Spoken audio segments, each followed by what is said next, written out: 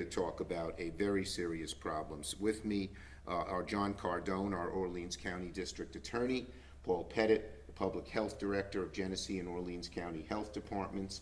Not speaking, but also here is John Bennett. He's the CEO of the Genesee-Orleans County Council on Alcoholism and Substance Abuse. And what are we here to talk about? I got to put my paper down somewhere with all these microphones. We're here to talk about one of the biggest problems we face in this area, running from in Western New York, in the Rochester Finger Lakes area, and that is the scourge of fentanyl. Fentanyl is a deadly poison. It is 50 to 100 times more deadly than heroin. And it has caused devastation from one end of this country to the other. In fact, last year, over 106,000 people died of fentanyl overdoses, and young people, 18 to 35, the largest cause of death is now fentanyl overdoses, or overdoses from drugs, most of which is fentanyl. That's more than auto accidents, that's more than anything else. So I have, as you know, been fighting really hard this scourge, but now we have a new tool that's about to go into effect. If we can pass this legislation, that will help. But let me give you some statistics, okay?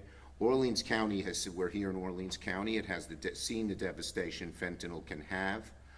Because of our great law enforcement people in this county, and we thank them all for their service, both on the police and sheriff and prosecution side. There have been several drug busts this year alone in this county, where law enforcement seized $9 million worth of illegal drugs, including over 100 fentanyl pills. But they're disguised as other drugs. Fentanyl can be added to heroin, to OxyContin, to methamphetamine. It makes it much more deadly. These evil drug dealers who prey on us, they tell these kids, oh, this is even a better high. Well, it is, but it's much more deadly as well. So we have to cut this off at the source. And here is the good news. The Fend Off Fentanyl Act, which I passed in the defense bill in the Senate, gives us real chance to go after these drugs, because we give the president emergency powers to stop the flow of fentanyl from overseas. Fentanyl doesn't start here in the United States. It comes from precursor drugs that are made in China. And these Chinese companies ship them to Mexico, where they're refined into fentanyl, and they cross our borders. The Chinese government knows about this and does nothing, or very little. The Mexican government knows about this and does nothing, or very little. So now, is something the matter with you? My mic, I'm just having a little trouble with it. Go ahead. No, you, Channel 13's always very nice. Always trouble. You're never trouble, and you ask good questions. Go ahead, we'll wait for you. Go on ahead, you're doing fine. I would Well, we'll wait for you, even though we're so late, and I am a little rushed, but I don't be sorry. Did you miss the whole thing, or it just ran out? Just that little bit right Because we wouldn't want to start over, Okay, would we're we? still rolling. Still rolling, okay. So this bill gives the president power to go, as I said, the Chinese government knows about these companies that make the precursor fentanyl drugs and does nothing. The Mexican government knows about these gangs and others that take these drugs and make them into fentanyl and send them here and does nothing. But the new legislation, which has passed the Senate overwhelmingly and bipartisan, will stop this, because it gives the president emergency powers to impose real tough economic sanctions on China and on Mexico unless they stop these drugs. For once, we can stop them at the source. Our law enforcement does a good job, but the fentanyl keeps coming. And the Fend Off Fentanyl Act will really bring a great deal of relief to this. So why am I here today? It's passed the Senate, but it was not in the House. It passed the Senate in what we call a must-pass bill, the Defense Authorization Bill, the bill that pays for our soldiers and our military, NDAA it's called.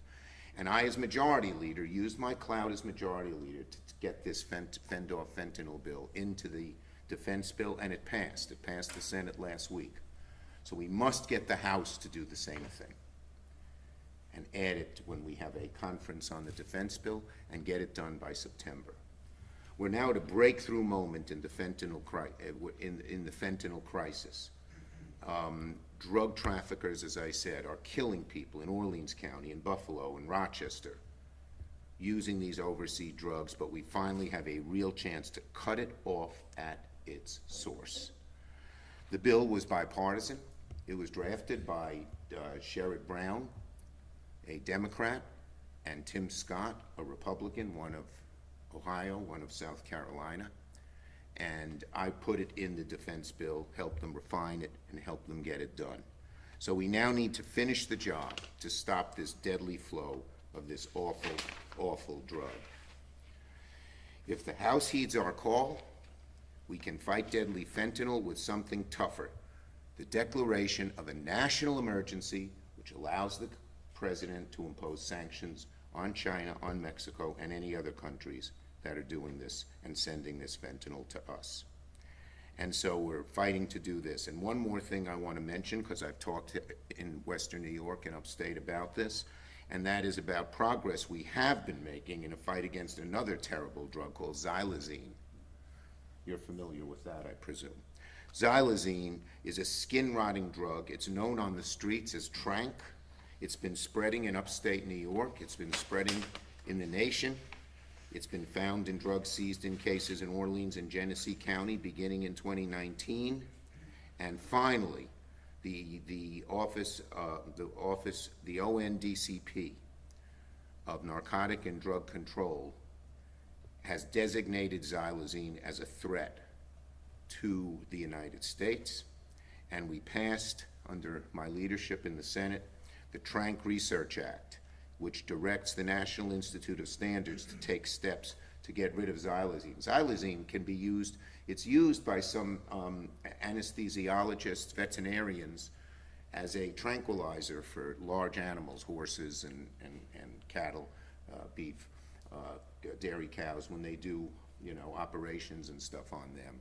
But we have to find a way to prevent that from flowing into the hands of drug dealers, and this new act will help do that as well. So we've made some real progress in that area as well.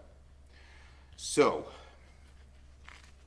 we have to protect our country and our kids from these horrible drugs. They're getting deadlier and deadlier. They're causing more and more deaths and problems. It's a big problem for our police officers who can be exposed to fentanyl when they go on drug raids and other kinds of things. So it's everybody wants to get rid of this stuff, and this act has a real chance of doing it. Now I'd like to call on District Attorney Joe Cardone, who does a great job, to share remarks on what the county's doing about it. DA Cardone. Senator, thank you very much, and thank you very much for highlighting this issue. There's no question that opiates and the problem we're having with fentanyl is the greatest crisis, in my judgment, that we have in this country. Since 1990, over 1.75 million people have died from the overdose of these two drugs. That's more people than have died in all the wars this country has ever fought, to put things in perspective. It's more people than have died from COVID. So this is a major crisis, and frankly, it's compromising the future of this country, having killed so many youths. There's not a gram of these drugs that are produced in the United States, not a gram, but it's in every community in this country and causing deaths on a daily basis in every community in this country. A few years ago, they came out with Narcan, which will overcome some of the effects and save some lives with respect to those that are overdosing on opiate drugs. Despite that, the numbers of deaths continue to go up. And the drug that the senator spoke of xylazine, actually Narcan doesn't even help with. So law enforcement has been dealing with this issue for a lot of years now, but frankly, on the local level, it's impossible to defeat this problem. We're just putting our fingers in a dam that is burgeoning and about to explode.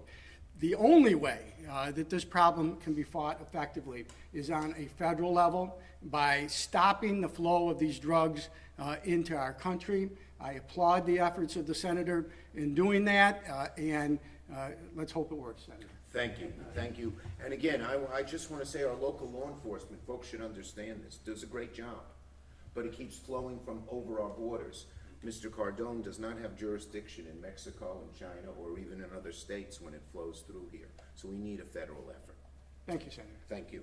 And now we have Paul Pettit. He's the Public Health Director not only for Orleans County, where we are, but Genesee County, where we were supposed to land.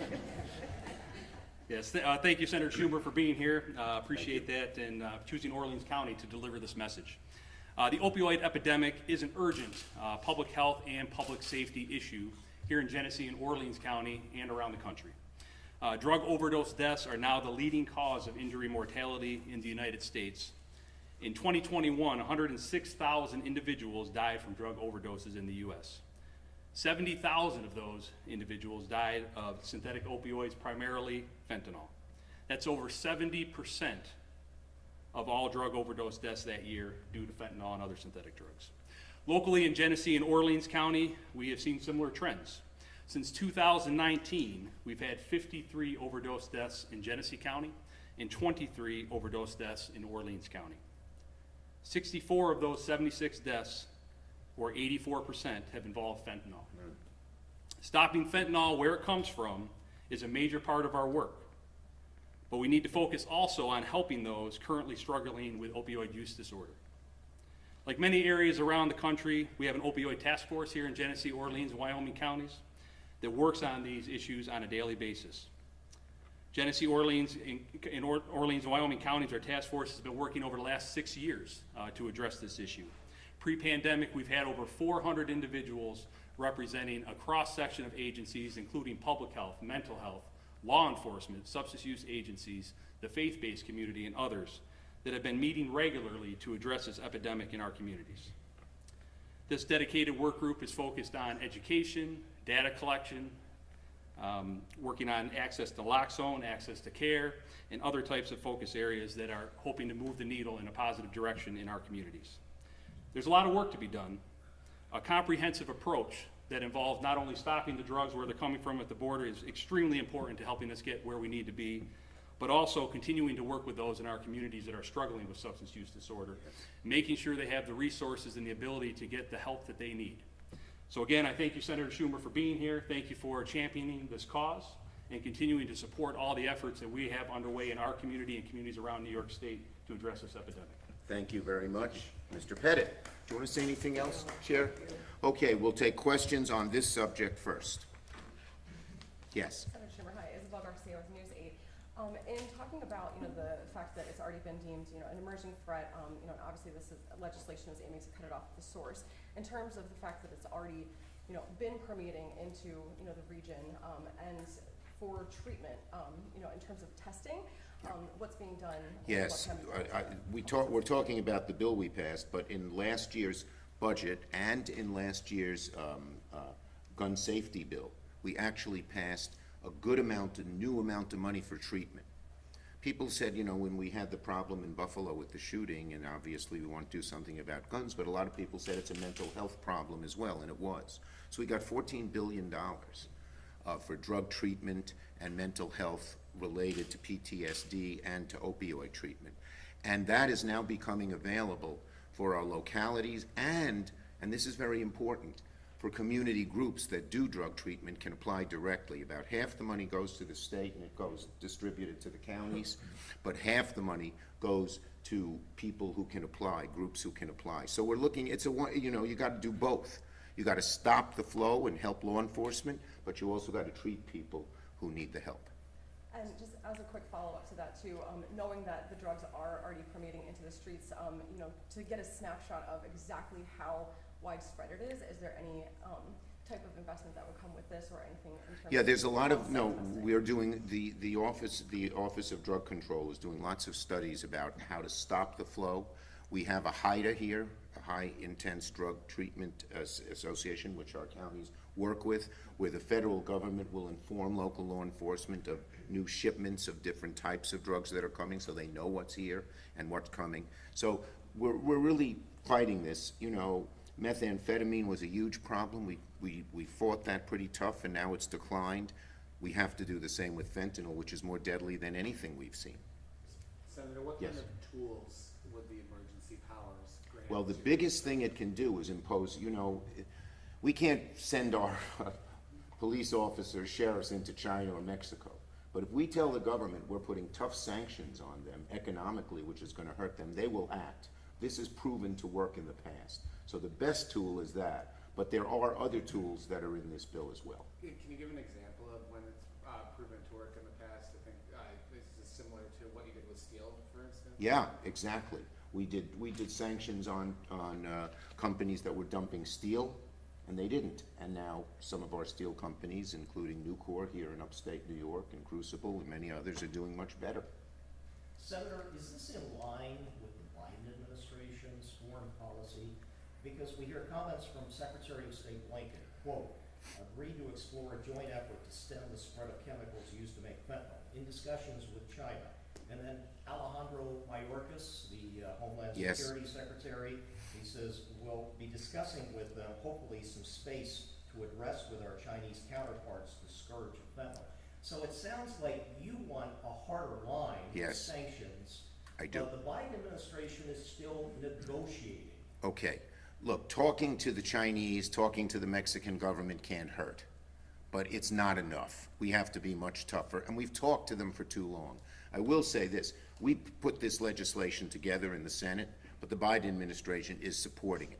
And I will do everything I can once it becomes law to make sure they use these sanctions, not just talk. You It's a have good any reason question. to feel the House would not agree to vote? I don't, look, if, you never know who trades off what for what, but I want to make sure, this is so important, I want to make sure it was bipartisan. This is, thank God, not an issue, where the partisan divisions are there, but I want to make sure it happens, and the best way to do that is spread the word. And our upstate New York delegation can be very helpful in that regard. They're bipartisan as well. Can we hear more about the recent drug busts in Orleans County specifically?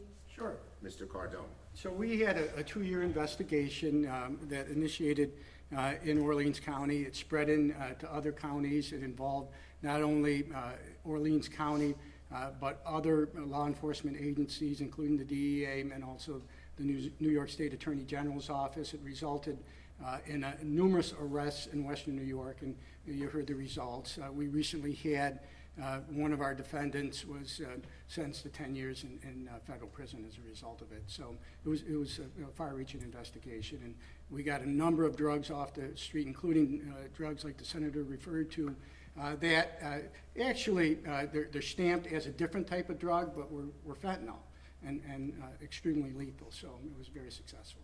And the cooperation between the federal government and the sheriffs and the county and the state and the local governments is very important and has improved things a lot, as I'm sure our DA could tell you.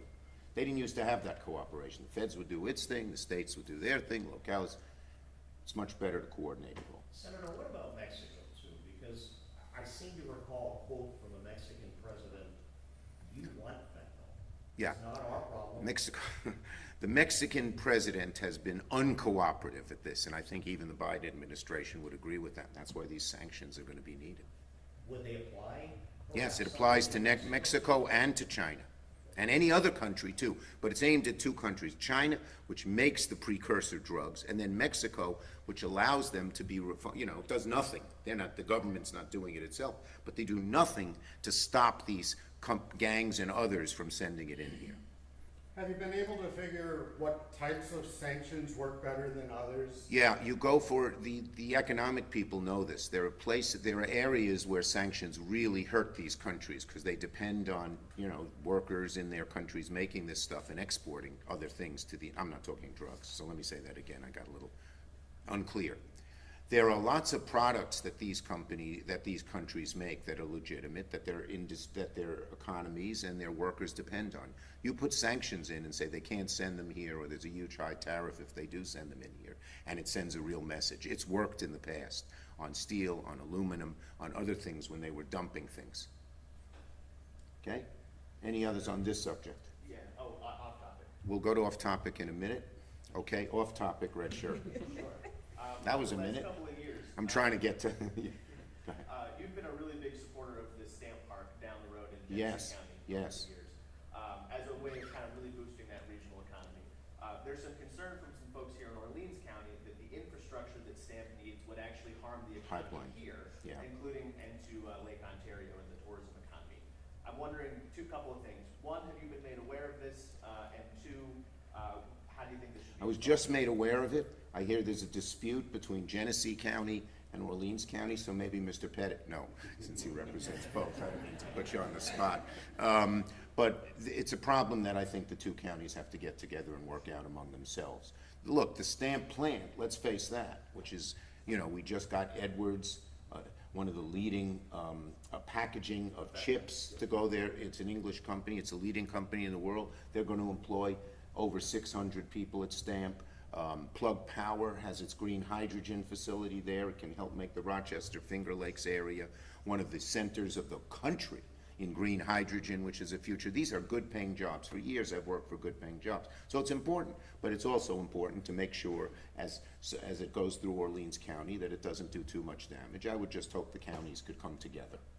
Okay? Yes, sir. Senator, the governor has said that she's on the phone with the White House every day about the asylum seekers that are in New York State right now, but no developments at this point. We've heard from New York City that they need some $3 billion more to pay for this. Right. We've heard from numerous lawmakers that said, can we expedite the job processing? Yeah. What needs to be done at Well, the federal first, level, and what yeah, grants we needs fought to be- get in last year's budget over $100 million so that the taxpayers of New York, upstate and down, wouldn't be burdened. We're fighting to get a lot more money of that now. And, you know, we're looking at everything that can be done. Ultimately, we need some kind of answer at the border, and the real answer is bipartisanship. You're never going to do it with one party or the other, and we're working to get a bipartisan proposal on that as well. Is it something that needs to happen legislatively or at the administrative It's level? mainly, some of this is administrative, but the bipartisan, you know, ways to deal with the border would be legislative, and we're working on that. Senator, one more border question. Yes. Obviously with the bridge crossings. Yes. Congressman Higgins, well, you know where I'm going. Yeah, well, you're right. With the staff vacancy, well, not vacancies, but the deployment, the redeployment It's yes. of some of the CPB officers.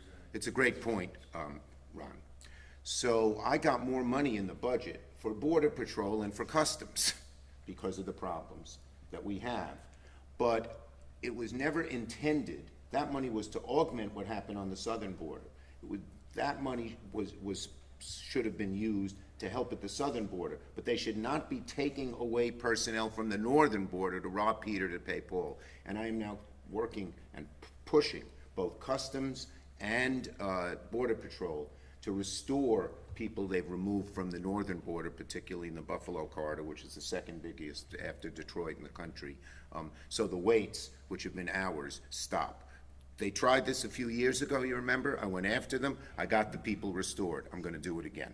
Do you think Alejandro Mayorkas listens to him? Because we interviewed Congressman Higgins yesterday, and he was at that congressional meeting, maybe you were part of that. I was there, yes.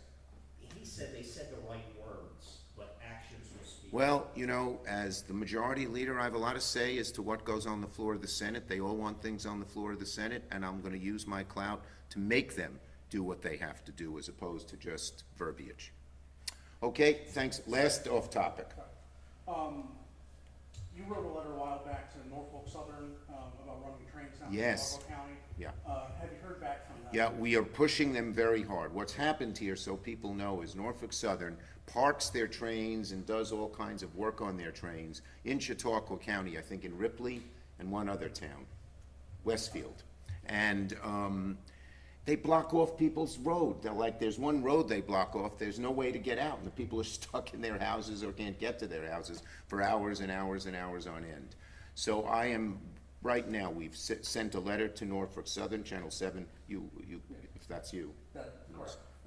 Channel 7 alerted us to that fact, and we'll stay on them until they change. I've had this problem in the Hudson Valley in the past, and when I went after them, they stopped. So we're going to do that again. So as of today, you haven't heard back from them? We have heard that they've gotten our letter and they're going to try to work out a solution, but we're waiting to get the solution.